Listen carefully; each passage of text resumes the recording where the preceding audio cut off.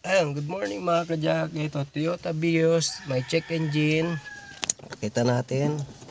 Alamin natin kung ano ang code nito. So, ito ay Toyota Vios. Ayan. May check engine. Basahin natin sa scanner. Kaya napakalaga meron tayo scanner mga kajak. At least hindi tayo manghula kung anong problema ng sasakyan natin. So, scan muna natin mga kajak ha.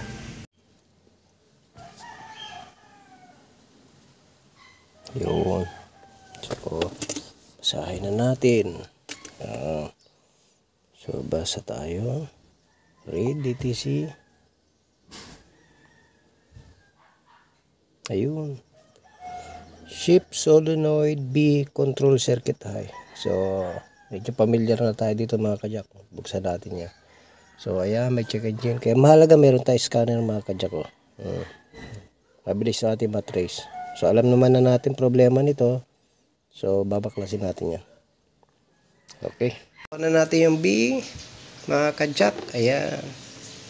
So, naibaba na natin yung oil pan. So, ito. Yung ating in-scan. Ayun. So, ito. Ayun. Check natin. Ito yung check. Lagi kong lagi nyo na nakikita sa vlog natin to mga kajak. Ayan. Sa pag-check ng shift solenoid. Ayan. Ayan. Ayun. Ayun, wala na. Kita nyo mga kajak. Ito, itong good. Ito ang good mga kajak. Ayun. Ayan, pakihawak. Ayun. Yung may tunog at 14, 13, very good yan. Ito, pakilagay uli mark, isa. Ito, ayun, wala na. Yung kabila, isa naman. Ito ay, ayun, 14, 13, good. Balik na yan dalawa, okay na yan. So, sigurado tayo dyan at lagi naman na natin ginagawa yan. Okay. So, ibalik na natin yung good na solenoid. Tapos, mamaya automatic yan, mawawala na yan.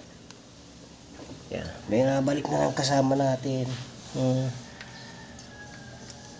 Ayun.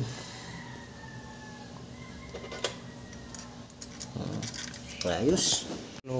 Ayan, putik oh. Ayun. Yan, nasisira ang solenoid natin.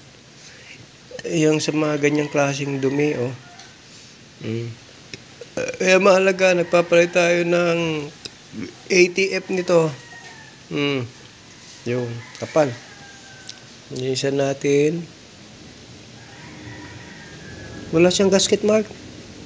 Wala pa ba? Wala siyang gasket. Lagyan mo ito ng Ay, wala nga. lagyan mo ng beta gray. Punasan mo, lagyan mo beta gray para hindi tatagas. Okay mga kajak, okay na ito. Check natin yung kanyang check engine ulit kung meron pa. Napalitan na natin ng solenoid, no? So, i-check natin pagka-andar natin. Start natin. May check engine yan. Pagka ni-start. Ngayon, tignan natin kung mababasad niya na yung nilagay natin na solenoid. Yan, start muna natin ha. Yun, nawala agad.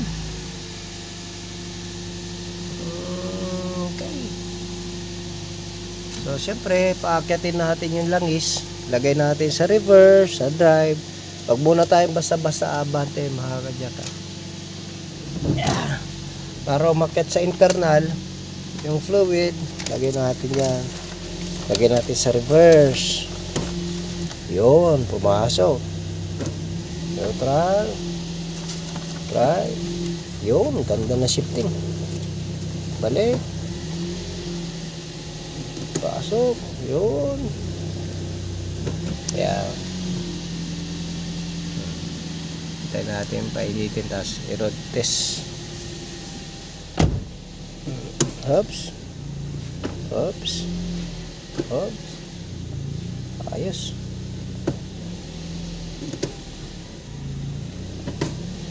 Wala na. Wala nang check engine. Okay na yun.